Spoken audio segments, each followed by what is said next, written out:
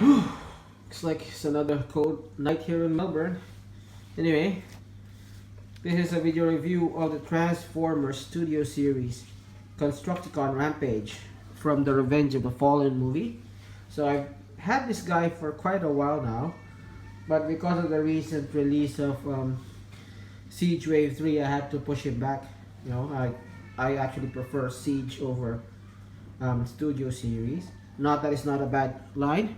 This guy's pretty good, but you know, G1 over movie. Anyway, let's start with the box. So this is your standard Studio Series box. He is figure number 37, as I've mentioned. Comes from the Revenge of the Fallen movie. On the side is a nice image of Rampage. At the back is Rampage in robot and vehicle mode. As you know, Prime is his wave mate.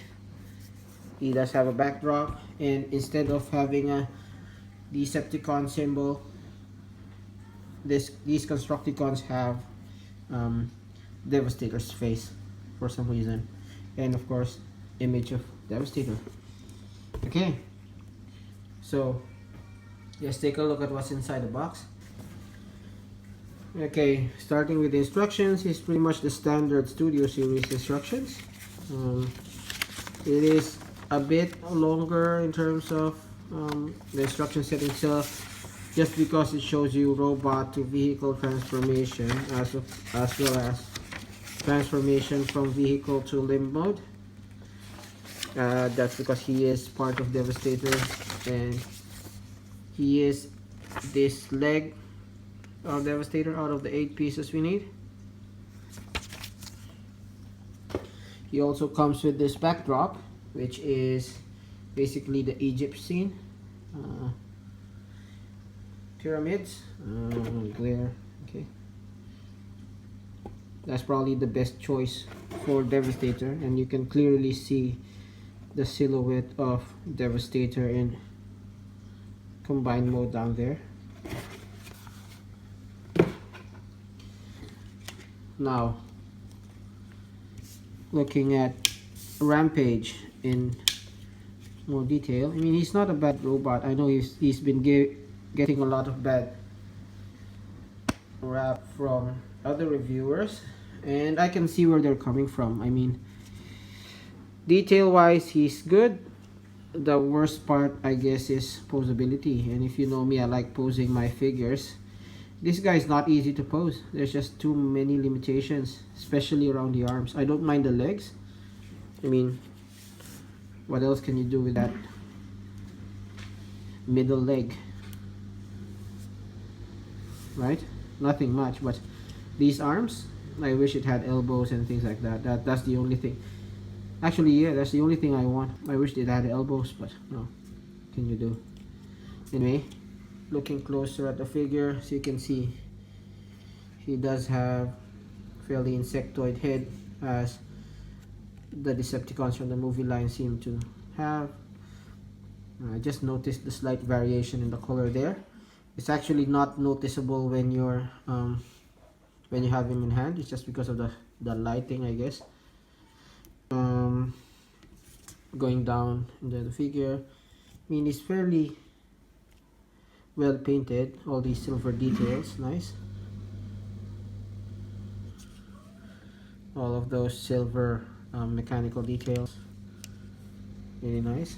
Does come with a stand, which I can remove, just because you can't display him like that. We can probably display him slinking away like that, but you know, in the movie he wasn't really moving like a snake. He was moving like more like a pogo stick, right? Anyway, really nicely detailed.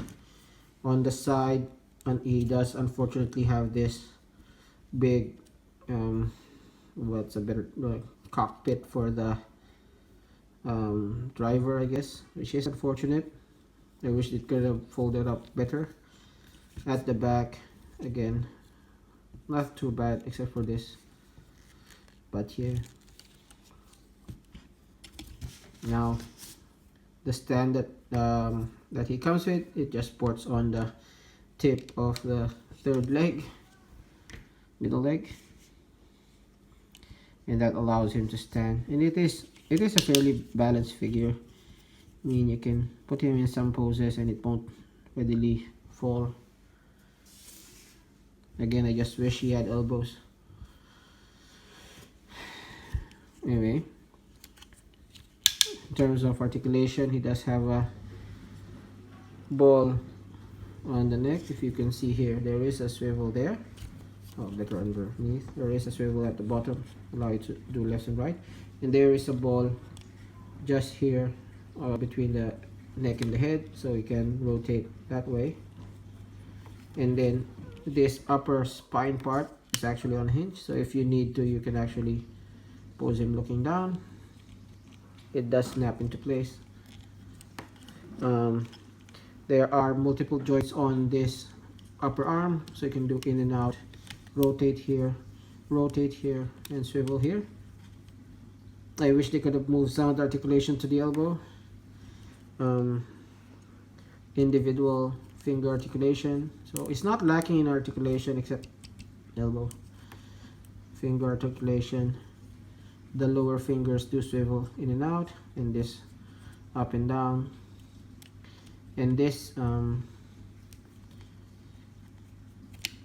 this piece has joints there, and there, so it is fairly posable as well. Not too bad. There's one joint there and one joint there, so you can arch them forward and back like so. There is also a waist joint there, which is also heavily ratcheted, and the reason they is heavily ratcheted is because it needs to support Devastator in combined mode. And then this tip does move forward and back, and it is on a very heavy joint as well, just because it needs to support the entire figure. So not too bad in terms of articulation, except for the lack of elbows. I keep saying that because that's the only thing that annoys me with this guy. But anyway, let's go through some comparisons. So here he is with his Wavemate Studio Series Optimus Prime. Still my favorite figure of the line. Here he is with the other Constructicon that we have so far. Scrap metal. He literally is scrap metal, because his parts were used to bring Megatron back to life. And they're fairly scaled fairly well, I guess.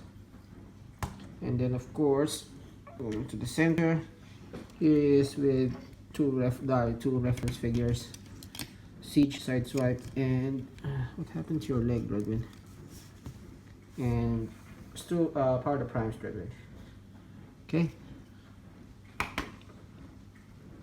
He also comes with a couple of guns, I guess. These things on the side, they do pop out. They're just on pegs there that peg on holes there, and you can attach them on the hand. So each one is designed to peg on a specific hand. So the one on the left will peg on the left hand. So there is a peg and a slot in the peg and slot there, so just peg it as such. It is a fairly loose connection, but if you peg it deep enough, it should stay. And it simulates the flamethrowers that he shoots at Sam and Bumblebee. I think it's fairly meh, if you ask me. Anyway, those are the only accessories aside from the stand. So now to transform him. This transformation is not too bad, not too simple, but not too complex as well. So first off, remove the stand, fold it up there. Next bit is for the hands. So the hands are a bit more involved. So this part, which is pegged right there, you unpeg, peg there, see, you unpeg, lift a little bit up, and then peg again.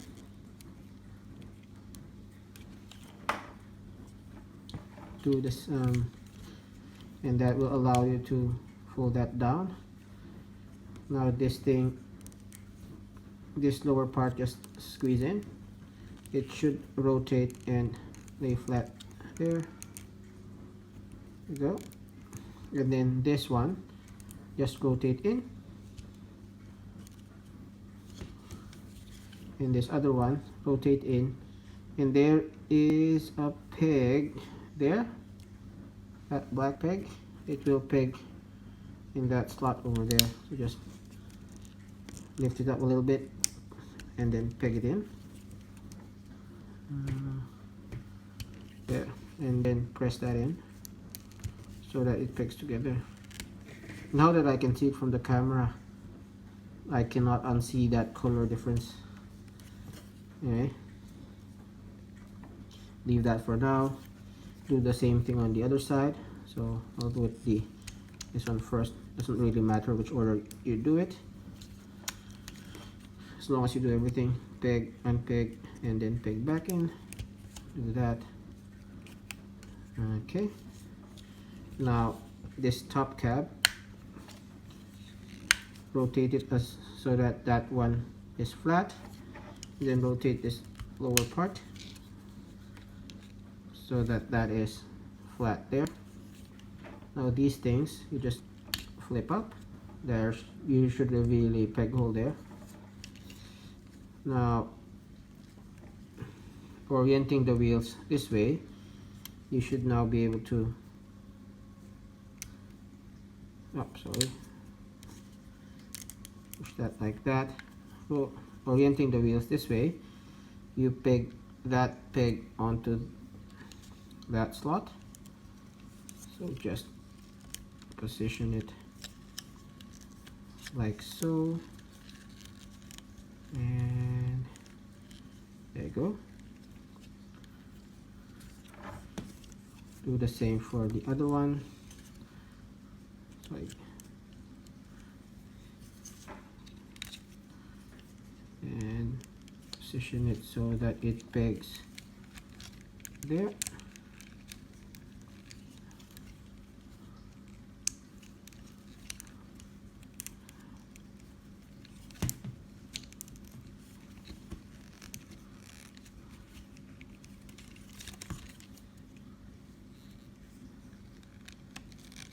There you go. This one, of course, unpegged. Do it again. There you go. Now this one, just orient it like that, and then peg that together here.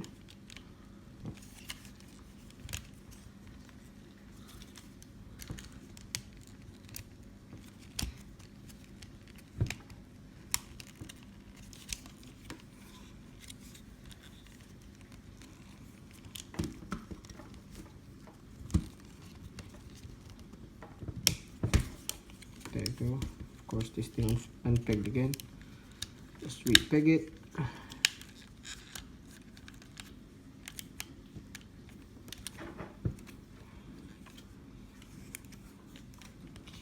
Do the same on the other side. Re-peg it. There you go. Not too bad. And now, from the underside, get the stand. One of the legs of the stand will fold, and then with the opposite side of the folding one pointing outwards, you peg those two pegs in the holes there. So just peg that there and peg that there. That should keep the legs fairly apart, and then you just bring this down and peg it there. So peg this down and peg it again.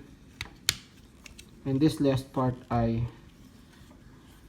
didn't know you needed to do until later on. See that thing, just push it down, and that brings that rolling wheel out, which gives you 3 rolling wheels. this wheel didn't peg properly. There you go. And the guns, you just peg back here. So if you're not sure how, there's this like piping that will align properly there. So if you try to put the wrong one there, you'll see that it won't align properly. That's how you know it's wrong. See how it's not fitting, right?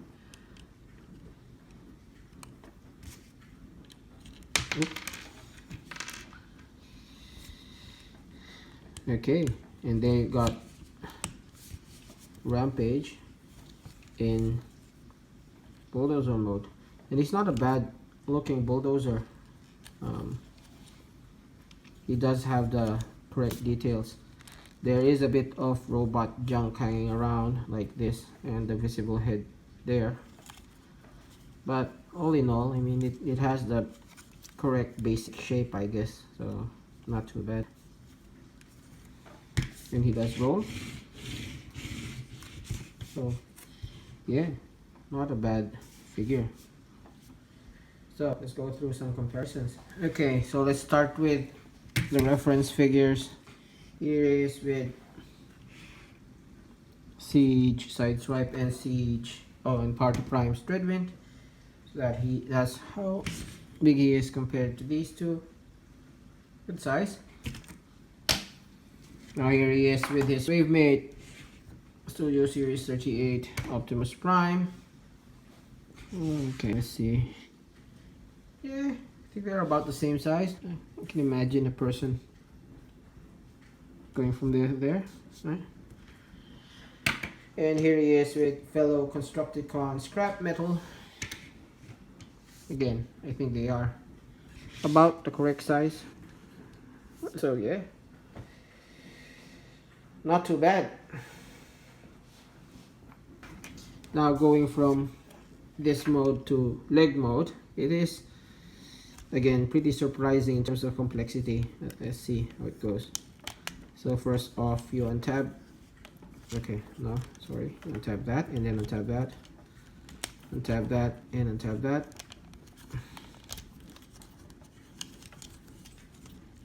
Now you remove this thing. Remove that.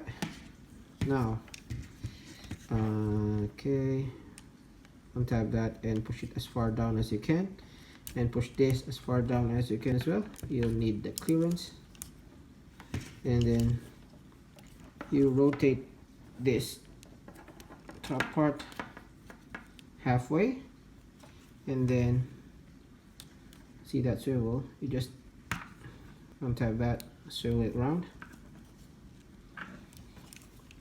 and then hang on, we started that way, and then swivel it all the way to this side.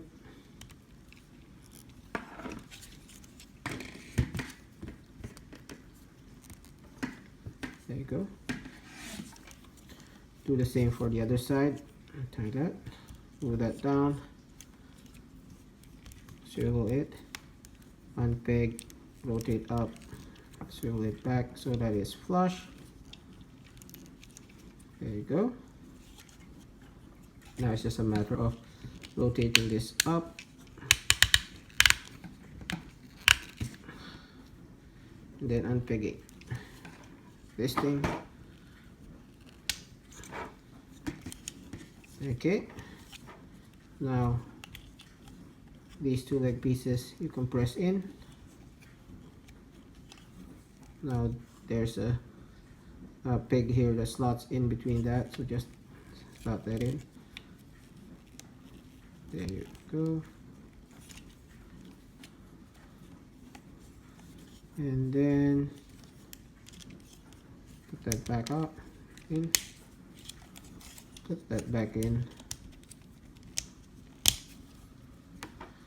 And then these things coordinate up. You don't want it rolling. And then this thing you can just position back up as well. Doesn't really matter as long as it's flush back there. And then Take this back in.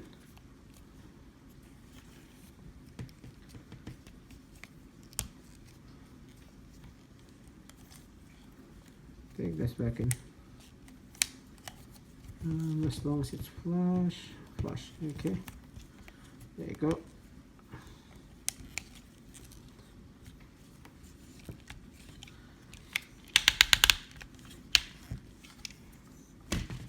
There you go. That is Rampage in leg mode. For further stability, you can actually just push this back in, although it's not really required, and it does make it a little bit daft looking, you know. Your choice. I'll probably keep it in just because I don't want to lose that piece. But yeah, that is Devastator in leg mode. So just to give you an idea, that's truck mode. So you can imagine how big Devastator is gonna get. And this is not actually, it's not just a leg, this is just a foot. So yeah, it's gonna be a big boy.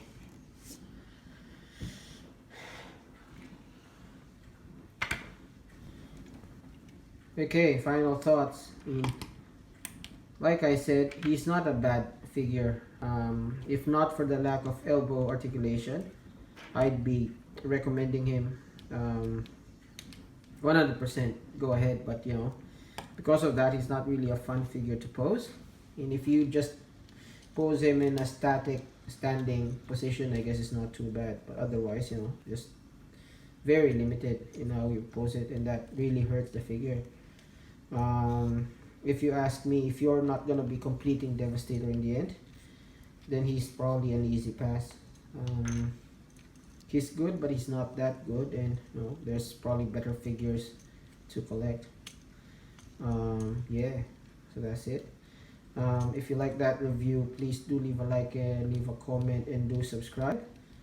But otherwise, this has been Grim Trigger, and this has been Studio Series Rampage. Thanks for watching, and see you in the next video.